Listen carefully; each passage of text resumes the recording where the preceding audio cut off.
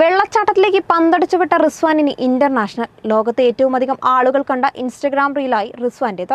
554 ദശലക്ഷം ആളുകളാണ് വെള്ളച്ചാട്ടത്തിലേക്ക് ഫുട്ബോൾ അടിക്കുന്ന വീഡിയോ കണ്ടത്. ദൂരെ നിന്ന് കിക്ക് ചെയ്ത് പന്ത് കേരളാംകുണ്ട് വെള്ളച്ചാട്ടത്തിലെ പാറകൾക്കിടയിലൂടെ കടന്നു പോകുന്നതായിരുന്നു വൈറൽ വീഡിയോ.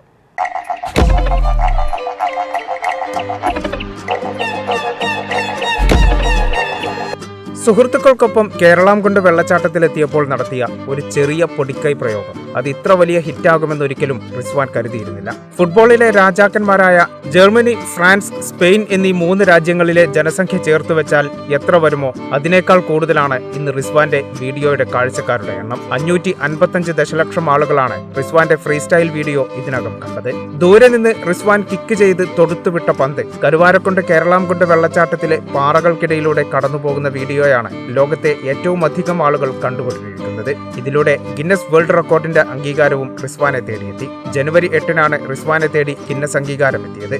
വീഡിയോ പോസ്റ്റ് ചെയ്ത് 1 വർഷവും 3 മാസവും പൂർത്തിയാകുമ്പോഴാണ് അംഗീകാരം. ഇതിന്റെ വീഡിയോയും റിസ്വാൻ പോസ്റ്റ് ചെയ്തു.